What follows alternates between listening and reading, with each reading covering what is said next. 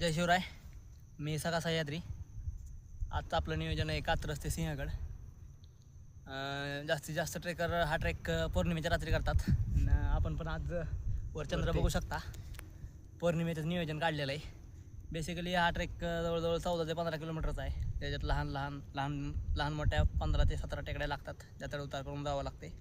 त्याच्यामध्ये काही प्रामुख्यानं वाघदई टेकडी म्हणा, हत्ती टेकडी म्हणा, आरवीखिंड, त्याला तर खंडोबा मंदिर आणि लास्टला 5 टाकेचा डोंगर, असे विविध डोंगर आपल्याला लागणार आहे तिथून पुढं. आणि शेवट आपण सिंहगडचा जो बाय रोडवाला रस्ता आहे घाटमार्ग, त्या रोडनं क्लाइंब करून आपण वर सिंहगडला जाणार आहोत. सिंहगडवर सनराईजपर्यंत आपलं पोहोचायचं नियोजन आहे. त्याच्यानंतर डिसेंड करून रिटर्न. आता आपण सुरुवात कशी केलेली ते सांगतो तुम्हाला.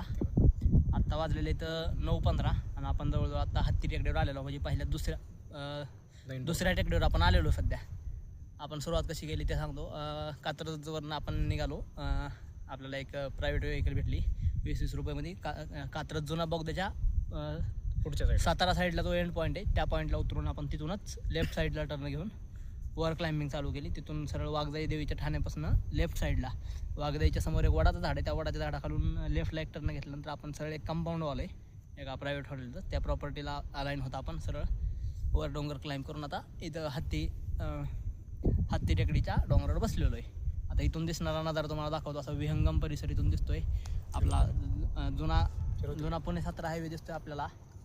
इथं खाली काय हॉटेल्स दिसत आहेत. हा रोड असाच K2S हॉटेल आहे. सरळ इकडं खाल समोर कात्रज आहे. आणि आपल्या लेफ्ट साईडला इकडे बघितलं तर इकडं सातारा वगैरे भोर जुना बोगदा इकडे. आणि इथं खाली जुना बोगदा आहे. म्हणजे दोन्ही जुना आणि नवीन बोगदा सध्या आम्ही मध्ये उभे बसलेलो आहोत. आणि आमच्या एक्झॅक्ट समोर K2S हॉटेल आहे. आणि इथून मग परत आता पुढचा ट्रेक आम्ही सुरुवात करणार आहोत. आज आपल्यासोबत दुर्गनाथचे काही लीडर्स आहेत. 8 जण आहेत टोटल. बघू पुढं काय एक्सपिरियन्स येतो. आत्ता सध्या तरी 3 जण इथं पोहोचले, तर बाकीच्या अजून मागे येत आहेत.